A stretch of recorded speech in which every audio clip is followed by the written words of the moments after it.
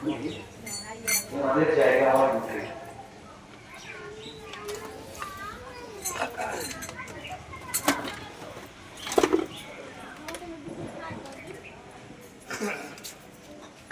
যেভাবে গান করছিল তাতে মনে হচ্ছিল যে হরিবোল হরিবোল করতে করতে সবাই মিলে ওরা গান দিয়ে যাই। আর সাথে যারা গান করছিল তখন হয়েছে এই জায়গাটা পার্বতী ডাঙা নাই, পার্বতী ডাঙা নাই। এটা এখন কি যেখানে হরি নাম হয় সেটা কি হয়? সবাই একটু হাত উঁচু করবেন, অনুরোধ হয়ে দেবেন, জয় দেবেন শ্রী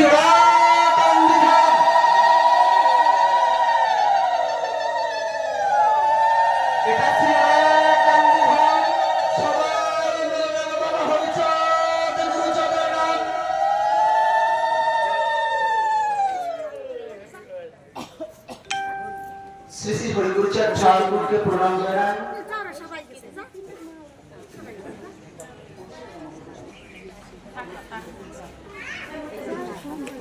আমার ভগবান শ্রী শ্রী হরিগুরুচাঁদ ঠাকুর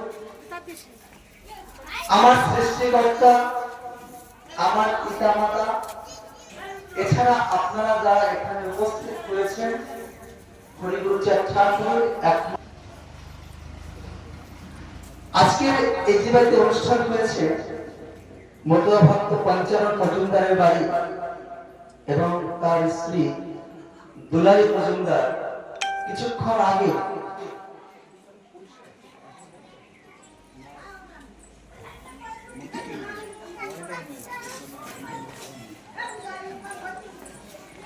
এবং দুলালী মজুমদার ঘরের মধ্যে গিয়ে যে কাহিনী শুনেছি সত্যি আমার বুক ভরে গেছে। এবং তার 5 সন্তান মতুয়া দুলাল মজুমদার, মতুয়া বাসুদেব মজুমদার, দুঃখিত বাসুদেব মজুমদার, স্বপ্না মজুমদার, রত্না মজুমদার, কৃষ্ণ মজুমদার এবং গোপাল মজুমদার, তাদের আন্তরিক প্রচেষ্টার ফলে এরকম একটা ওরাকান্দি ধামে পরিণত করতে পেরেছে। তাই এইবারের মঙ্গল কামনায় আমরা একটা ধরে দেব, জয় জয় শান্তি।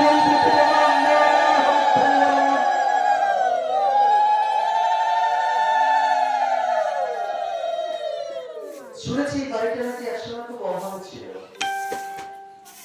এবং গঙ্গাধর পাগলের আশীর্বাদে পুষ্ট এই বাড়ি এবং গঙ্গাধর পাগলের সেই যে সোটা এখনো এই বাড়িতে গচ্ছিত আছে। আপনারা দেখেছেন কি? ওখানে দেখবেন এদের বাড়িতে রয়েছে। আমি এটা জানতাম না, যদিও আমার পরবর্তী যে বই আসবে সে বইটা আমি লিখবো। এটা অত্যন্ত আমার কাছে ভালো লেগেছে, অত্যন্ত আনন্দের লেগেছে। আর গোপালদাকে বলবো যে এই যে প্রেমের মেলা তুমি মিলিয়েছো, তোমার বাবা মা যেভাবে মিলিয়েছেন, বংশ পরম্পরা তুমি যেটা মিলিয়েছো, যত কষ্টই হোক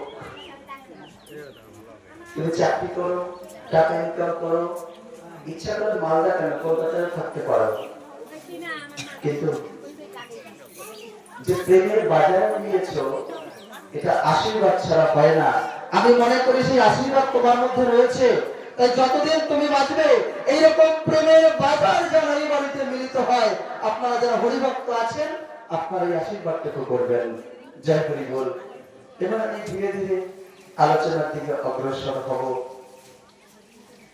আমার বলার মধ্যে আমি যা বলবো যদি ভুল হয় আমাকে একদম ক্ষমা করবেন না, আমার ভুলটাকে আপনারা সংশোধন করে দেবেন এটুকু জানিয়ে। আর দিদিরা এখানে আছেন সবাই? আপনি একা? আর কেউ নেই? এই বাড়ির থেকে শুধু দিদিকে পেলাম। যারা যুবক ভাইরা আছো তারা একটু সবার আগে এখানে থাকা উচিত, কারণ যারা বয়স হয়েছে তারা আমাদের শিক্ষা দিয়েছে। এবার আমরা একটু দেব, সেটুকু আবার আমাদের পরের প্রজন্ম শিখবে, তাই তো? না ভুল বলছি? তাই এই ধ্বজা ধরবার জন্য যুবকদের যুবতীদের বিশেষ প্রয়োজন রয়েছে। আমি যখন সকালে আসি